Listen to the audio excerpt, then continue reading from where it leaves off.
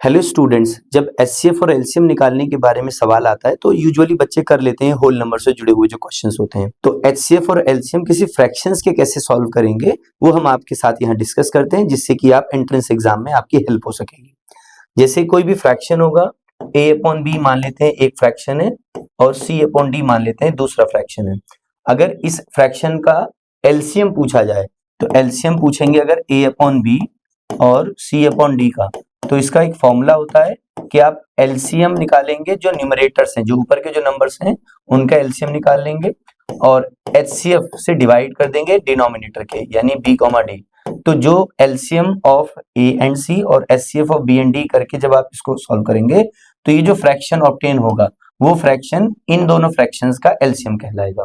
और जब इनका एचसीएफ निकालने के बारे में कहा जाए तो इस तरह से इनका एचसीएफ भी बिल्कुल ऐसे ही निकाला जाएगा कि हम जो न्यूमरेटर्स हैं उनका एचसीएफ निकाल देंगे, ए एंड सी का यहाँ एचसीएफ निकालेंगे इस बार, और यहाँ एलसीएम निकाल देंगे डिनोमिनेटर्स का। कहने का मतलब सीधा सीधा तौर पे अगर फ्रैक्शंस का एलसीएम पूछा गया है तो न्यूमरेटर के एलसीएम में डिनोमिनेटर के एचसीएफ का डिवाइड कर देंगे, और अगर एचसीएफ पूछा जाए तो न्यूमरेटर के एचसीएफ में डिनोमिनेटर के एलसीएम का डिवाइड किया जाएगा।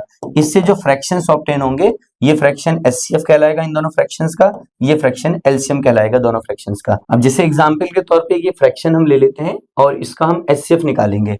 तो एचसीएफ अगर हमें इसका निकालना है तो जो एचसीएफ हम निकालेंगे इसमें न्यूमरेटर्स का यानी 3,15 का, और डिवाइड कर देंगे एलसीएम से, और एलसीएम हमारा इसमें होगा 20,8 का। तो जो हम देखेंगे 3 और 15 का जब एचसीएफ निकालेंगे तो इसका एचसीएफ निकलेगा 3, और एलसीएम जब निकालेंगे 20 और 8 का तो एलसीएम निकलेगा 20 और 8 का 40। 20 से 2 टाइम्स डिवाइड होगा, 8 से 5 टाइम्स डिवाइड होगा। तो 3/40 ये जो फ्रैक्शन निकल के आया वो इन दोनों फ्रैक्शंस का एचसीएफ कहलाएगा। तो वही फॉर्मूला हमने यूज किया और ये क्वेश्चन हमारा सॉल्व हो गया। इसी तरह से हम एलसीएम भी निकालेंगे।